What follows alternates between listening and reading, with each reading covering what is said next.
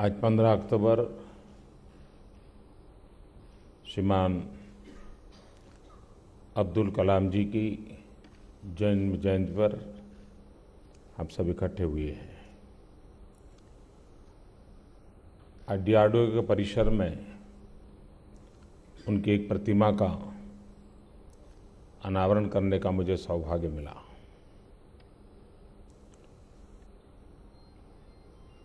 ये बात सही है कि कलाम साहब का जीवन इतना व्यापक, विशाल और गहरा रहा है कि उनको याद करने का गर्व होता है। लेकिन साथ में एक कसक भी रहती है कि काश वो हमारे साथ होते तो ये जो कमी महसूस होती है, इसको कैसे भरना, ये हम सब के लिए एक चुनौती है। और मुझे विश्वास है कि अब्दुल कलाम जी के आशीर्वाद से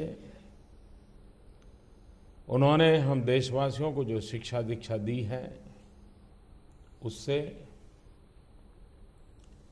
हम अवश्य उसको पूरा करने का भरपूर प्रयास करेंगे और वही उनको सबसे बड़ी अंजलि होगी।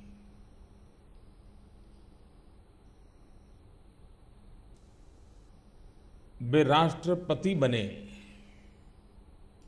मैं समझता हूं कि उससे पहले वे राष्ट्र रत्न थे।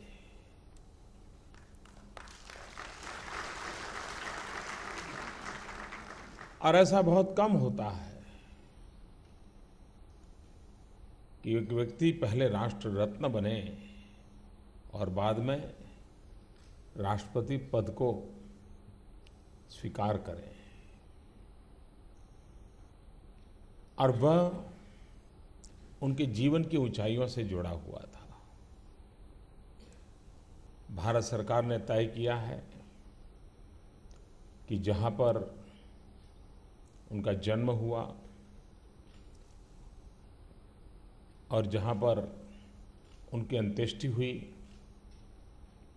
उस गांव में एक आने वाली पीढ़ियों को प्रेरणा दें, ऐसा स्मारक बनाया जाएगा।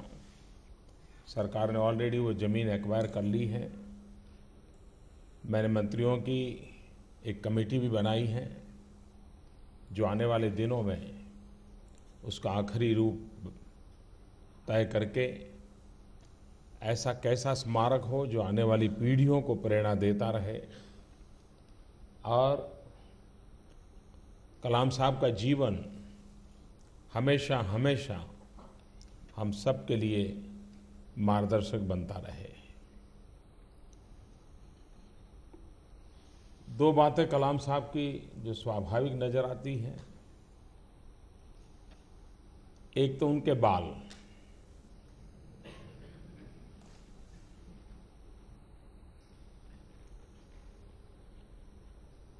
दूर से भी किसी को पता चलता है कि अब्दुल कलाम जी जा रहे हैं और कुछ न बनाया हो, सिर्फ उनके बालों को किसी ने पेंट किया तो वो कह देगा कि हाँ, बाकी चेहरा कलाम साहब का होगा। लेकिन साथ साथ एक और भी बात थी, जैसे उनके बाल थे वैसा उनके भीतर एक बालक था। तो उनके बाल और उनके भीतर का बालक, ये दोनों मैं समझता हूँ हमेशा हमेशा जो उनके निकट गए हैं उनको याद रहेगा। इतनी सहजता, इतनी सरलता। आमतौर पर वैज्ञानिकों के विषय में एक सोच ऐसी रहती है कि वो बड़े गंभीर चेहरा, उदासीन, लैब में ही डूबे रहने वाले, साल में कितनी बार मुस्कुराए वो भी शायद हिसाब लगाना पड़े। लेकिन कलाम साहब हर पल एक बड़े जीवंत व्यक्तित्व नजर आता था। मुस्कुराते रहना, दौड़ते रहना और दो प्रकार के लोग होते हैं। एक वो होते हैं जो अपॉर्चुनिटी खोजते हैं, एक वो होते हैं जो चैलेंज खोजते हैं। कलाम साहब चैलेंजेस की तलाश में रहते थे, कौन से नई चैलेंज है, उस चैलेंज को कैसे उठा लें और उस चैलेंज को पार कैसे करें, और यही उनके हर पल जीवन में रहता था। आखिर तक जब भी मेरा बहुत निकट संबंध रहा, क्योंकि जब मैं मुख्यमंत्री था तभी उनका गुजरात बार बार आना होता था, और अहमदाबाद से उनका विशेष लगाव था। उनके कैरियर की पहली शुरुआत उन्होंने अहमदाबाद में शुरू की थी और विक्रम साराभाई के साथ उन्होंने काम किया, तो उसके कारण उनका लगाव भी गुजरात के साथ बहुत था। तो मेरा भी उस समय संबंध उनसे बहुत आता था। कच्छ का भूकंप हो या आपत्ति की इतनी बड़ी घटना हो, वो आना, छोटी छोटी चीज़ों में गाइड करना, और उस समय भूकंप की परिस्थिति के पुनर्निर्माण के काम में विज्ञान और टेक्नोलॉजी का सहारा कैसे लिया जाए ताकि रिलीफ तेज गति से हो, रिहेबिलिटेशन तेज गति से हो, रिकंस्ट्रक्शन तेज गति से हो, ऐसी हर बारीक चीज में वे मार्गदर्शन करते थे, वो सहाय करते थे। जीवन भर उनकी एक विशेषता रही, और किसी ने उनको पूछा था कि आपको कैसे याद रखा जाए, और उन्होंने जवाब में कहा था कि मुझे एक शिक्षक के रूप में याद रखा जाए। ये शिक्षक का तो सम्मान है, लेकिन साथ साथ उनके जीवन का कन्विक्शन क्या था, कमिटमेंट क्या था, उसका भी परिचायक है। उनको लगता है कि भाई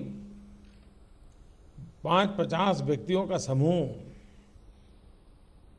जरूर कुछ कर दिखा सकता है, लेकिन भारत जैसे देश ने पीढ़ियों तक आगे बढ़ने के लिए, प्रभाव पैदा करने के लिए अगर तेज गति से चलना है तो आने वाली पीढ़ियों को तैयार करना होगा, और वो एक टीचर तैयार कर सकता है। और ये उनके सिर्फ शब्द नहीं थे, उनके पूरे जीवन में नजर आता है, पूरे जीवन में नजर आता है। राष्ट्रपति पद से मुक्ति के दूसरे दिन, ये छोटी बात नहीं है जी। इतने बड़े पद पर रहने के बाद कल क्या करूं, कल कैसा जाएगा, कल से क्या होगा, आप सबको मालूम है, जो अफसर रिटायर्ड होता है तो क्या हो जाता है। यानी आज कहाँ खड़ा और दूसरे दिन वो अपने आप को कहाँ महसूस करता है, वो अपने आप को एक खालीपन महसूस करता है, एकदम से वो लगता है बस अब जीवन के अंत शुरू हो गया, ऐसा ही मान लेता है। दिमाग में रिटायरमेंट भर जाता है। कलाम साहब की विशेषता देखिए कि राष्ट्रपति पद, इतना बड़ी ऊंचाई, और निवृत्ति भी आदर्श और गौरव के साथ। दूसरे ही दिन जहाज पकड़ के चेन्नई जाना, चेन्नई में क्लासरूम में पढ़ाना शुरू करना, ये भीतर के कमिटमेंट के बिना संभव नहीं होता है। एक व्यक्ति ने अपने जीवन में इसको इनहेरेंट कर दिया होता है, तब होता है। और जीवन का अंत भी देखिए, कहां रामेश्वरम, कहां दिल्ली, कहां दुनिया में जय जयकार, और कहां नॉर्थ ईस्ट। किसी को कहा जाए कि नॉर्थ ईस्ट जाओ, अरे साहब किसी और को भेज दीजिए। ऐसा करो अगली बार मैं जाऊंगा, इस बार जरा कोई और हो। वहां पर इस उम्र में जाना और स्टूडेंट के साथ अपनी आखिरी पल बिताना, ये उनके भीतर का एक जो सातत्य था, एक कमिटमेंट था, उसको प्रतिबिंबित करता है। भारत शक्तिशाली हो, लेकिन सिर्फ शस्त्रों से शक्तिशाली हो, ये कलाम साहब की सोच नहीं थी। शस्त्रों का सामर्थ्य आवश्यक है और उसमें कोई कोताही नहीं बरतनी चाहिए, और उसमें उन्होंने जितना योगदान सकते दिया, लेकिन वो इस मान करके चलते थे कि देश सरहदों से नहीं, देश कोटि कोटि लोगों से पहचाना जाता है। देश की पहचान सीमाओं के आधार पर तय नहीं होती है। देश की ताकत उसके जन कैसे सामर्थ्यवान है उस पर होती है। और इसलिए कलाम साहब उन दोनों धाराओं को साथ लेकर के चलते थे कि एक तरफ इनोवेशन हो, रिसर्च हो, रक्षा के क्षेत्र में भारत अपने पैरों पर खड़ा हो और थर्ड वर्ल्ड कंट्रीज, गरीब देशों को भी उपकारक हो, उस दिशा में भारत अपनी जगह बनाए। और दूसरी तरफ भारत का मानव समुदाय संपन्न हो। वे शिक्षा के बड़े आग्रही थे। वे हमेशा कहते थे, योग का महत्व समझाते थे और उसके साथ वो कमिटमेंट भी था उनका। रिलीजन को स्पिरिचुअलिज्म में कन्वर्ट करना चाहिए, स्पिरिचुअलिज्म को प्राधान्य देना चाहिए, ये उनका कन्विक्शन था। यानी एक प्रकार से समाज जीवन में किन मूल्यों की आवश्यकता है, उन मूल्यों पर वो बल देते थे। शायद ये बड़ी हिम्मत का काम है, लेकिन वो करते थे। किसी भी समारोह में जाते थे और अगर वहाँ स्टूडेंट मिल गए तो फिर वो खिलते थे। उनको लगता है हाँ, एक ऐसे मैं बगीचे में आया हूँ जहाँ ये फूल खिलने वाले हैं। उनको तुरंत फील होता था, एकदम से उनका नेचर कनेक्ट होता था। और ऐसे समारंभ में वो बाद में संकल्प करवाते थे, एक एक वाक्य बच्चों से बुलवाते थे। ये कठिन इसलिए है आज के ज़माने में, क्योंकि इस प्रकार की बात करो तो दूसरे दिन पता नहीं कितने कितने विवादों में खड़े हो जाते हो। लेकिन वे कभी इन चिंताओं में नहीं रहे, हर बार उस संकल्प को दोहराते रहे। क्या हम जब भी कलाम साहब को याद करें, जहां भी कलाम साहब की चर्चा हो, उन संकल्प के संबंध में उसको लोगों में सार्वजनिक रूप से बार बार कैसे लाए। उनका संकल्प था, जो हमें बताया जाता था, उसको चरितार्थ करना, ये हमारा दायित्व बनता है। उस दायित्व को पूरा करने के लिए हमारी नई पीढ़ी को हम कैसे तैयार करें, उस संकल्प को बार बार दोहराते जाएं, ये परंपरा चलती रहे और चेतना जगाने का प्रयास निरंतर चलता रहे। उस दिशा में हम कैसे प्रयास करें। आज विश्व में भारत अपना एक विशेष स्थान बनाता जा रहा है। दुनिया किसी जमाने में भारत को एक बड़े मार्केट के रूप में देखती थी। आज विश्व भारत को एक सहयात्री के रूप में देखना शुरू किया है। भारत की तरफ देखने का दुनिया का नजरिया बदला है। लेकिन आर्थिक संपन्नता ही या सिर्फ मार्केट ही हमें ड्राइव करेगा क्या? आने वाले दिनों में हमारे पास इनोवेशन के लिए बहुत संभावनाएं हैं। 800 मिलियन 35 से नीचे जनसंख्या जहां हो, 65% जनसंख्या 35 से नीचे हो। आज आईटी के कारण दुनिया में हमने अपनी जगह बना दी, उसका कारण इनोवेशन था। हम इनोवेशन को बल कैसे दें? हम कलाम साहब की हर जन्म जयंती पर डीआरडीओ में एक ऐसा सेमिनार ऑर्गेनाइज कर सकते हैं क्या? 1 दिन, 2 दिन, 3 दिन, जो भी हो, जिसमें यंग साइंटिस्ट हो, इनोवेशन करने वाले लोग हो, या जिनका साइंटिफिक टेम्पर का स्पार्क जिसके अंदर हो, ऐसे बच्चे हो। कभी स्कूल के बच्चों का 1 आध दिन कार्यक्रम, कभी इनोवेशन में लगे हुए 35 से नीचे यंग साइंटिस्ट, इनको बुला करके इन्हीं विषयों पर सेमिनार। हमेशा हमेशा कलाम साहब को याद करना मतलब इनोवेशन को प्रमोट करना। यह हम एक परंपरा बना सकते हैं क्या? तो उनके जन्म जयंती को मनाने में हम एक नई जिम्मेवारी की ओर भी समाज को लेते चले जाएंगे और वह उनके लिए सबसे बड़ा संतोष का विषय बन सकता है, ऐसा मुझे लगता है। दुनिया में अब भारत ने उस दिशा में सोचने की आवश्यकता है कि हम विश्व को क्या दे सकते हैं, हम क्या बन सकते हैं, क्या हो सकते हैं, या कोई हमारे लिए क्या कर सकता है। उससे थोड़ा ऊपर जाके, थोड़ा हट करके हमारी वो ऐसी कौन सी विरासत है जो हम विश्व को दे सकते हैं और जो विश्व सहज रूप से स्वीकार करेगा और जो विश्व के कल्याण के लिए काम आएगा। हमने उन पहलुओं पर धीरे धीरे धीरे धीरे अपने आप को तैयार करना चाहिए। आज पूरा विश्व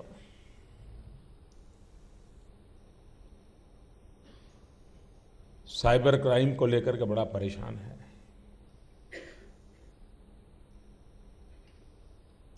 क्या हमारे नौजवान वो इनोवेशन करें जिसमें साइबर सिक्योरिटी की गारंटी के लिए भारत की पहल हो।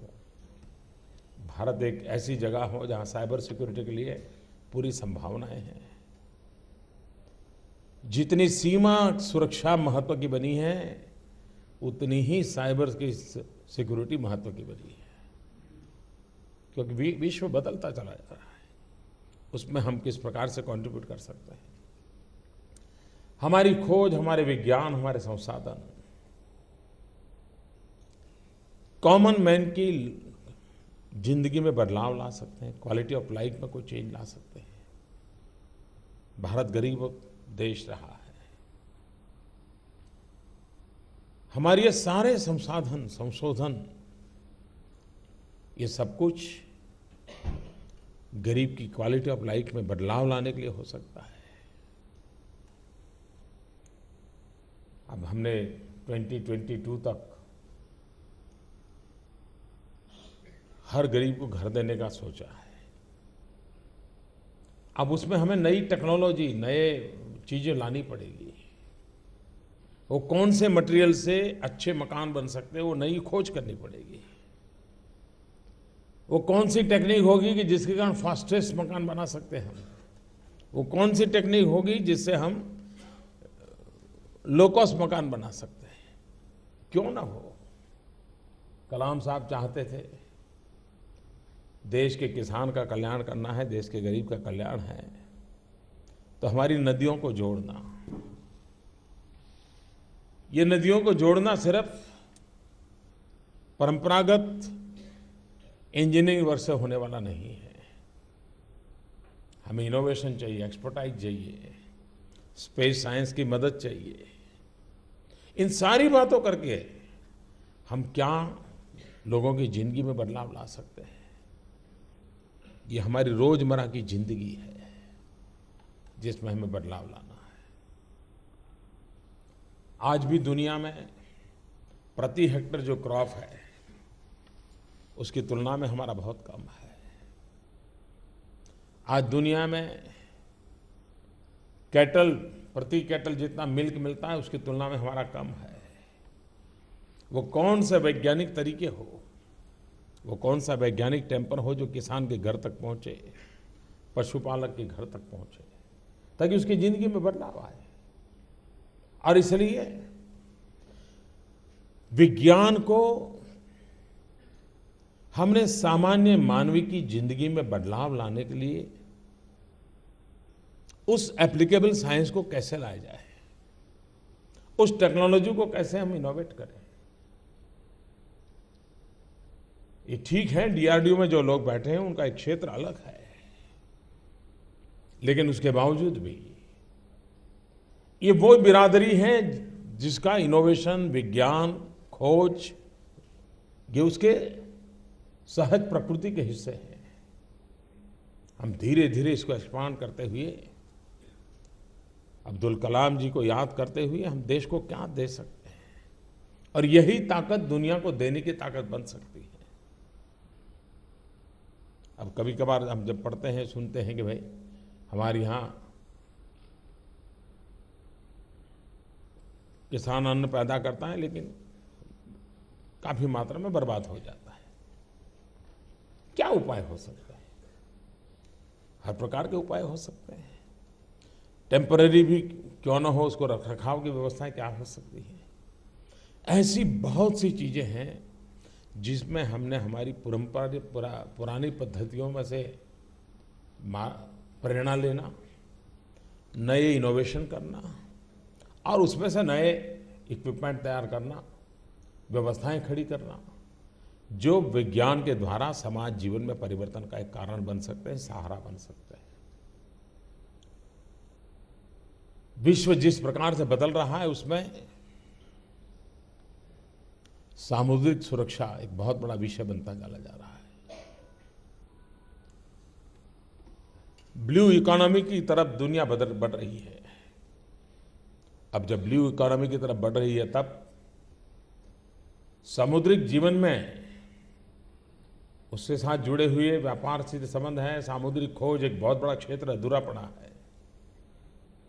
संपदाओं का अपरंपार भंडार सामुद्रिक संपत्ति में पड़ा हुआ है। लेकिन एट द सेम टाइम मानव जात के सामने चुनौती है ब्लू स्काई, एनवायरमेंट, क्लाइमेट। ये दुनिया के अंदर आज चिंता और चर्चा के विषय है। और इसलिए ये ब्लू इकोनॉमी जो सामुद्रिक शक्ति की चिंता भी करें और ब्लू स्काई बचा रहे उसकी भी चिंता करें, उस प्रकार की हमारी टेक्नोलॉजी का इनोवेशन कैसे हो, हमारा मैन्युफैक्चरिंग। जब हम कहते हैं कि जीरो डिफेक्ट जीरो इफेक्ट, हम ग्लोबली जाना चाहते हैं, हमारी इनोवेशन की इस स्थिति कैसे बने कि हमारे मैन्युफैक्चर में कोई डिफेक्ट भी ना हो और उसके कारण एनवायरनमेंट पर कोई इफेक्ट भी ना हो। जब हम इन चीजों को लेकर के चलते हैं, मैं समझता हूं कि हमारे युवा वैज्ञानिकों के सामने चुनौतियां हैं। और देश के युवा वैज्ञानिक अब्दुल कलाम साहब ने जो हमें रास्ता दिखाया, अब्दुल कलाम साहब की जीवन की स्वयं की यात्रा तो सामान्य गरीब परिवार से निकले, यहां तक पहुंचे, लेकिन वो जिस क्षेत्र में गए वहां भी वैसे ही हाल था। अभी हमने देखा एक फोटो, रॉकेट का एक पार्ट साइकिल पर ले जा रहे थे। यानी इंस्टीट्यूट भी उतनी गरीब थी, उस गरीबी वाले इंस्टीट्यूट से जुड़ करके इतनी बड़ी विशाल संस्था का निर्माण कर दिया। सिर्फ पोताना अपना व्यक्तिगत जीवन गरीब झोपड़ी से लेकर के राष्ट्रपति भवन तक आया, ऐसा नहीं। जहां गए वहां जहां था उसको उत्तम और बड़ा बनाने का भरपूर सफल प्रयास किया। ये अपने आप में बहुत बड़ा योगदान है। और उस अर्थ में हम भी जहां हो वहां नई ऊंचाइयों को पार करने वाली अवस्था कैसे पैदा कर सकते हैं, उसके लिए हम और योगदान क्या दे सकते हैं। कलाम साहब का जीवन सदा सर्वदा हमें प्रेरणा देता रहेगा और हम सब अपने संकल्पों को पूरा करने के लिए जी जान से जुटेंगे। इसी एक अपेक्षा के साथ कलाम साहब को शत शत वंदन करता हूं और उनका जीवन सदा सर्वदा हमें प्रेरणा देता रहे, इसी एक आशा अपेक्षा के साथ आप सबको बहुत बहुत शुभकामनाएं। बहुत बहुत धन्यवाद। मोदी का विनाश, क्या ये चुनाव का मुद्दा हो सकता है क्या चुनाव ऐसे मुद्दों पर लड़ा जाता है क्या? आए दिन एक ही बात, मोदी का विनाश, मोदी का विनाश। और एक नेता तो यहां तक कहते हैं एक बार बिहार निपट जाएगा तब मोदी दिल्ली में भी खत्म हो जाएगा।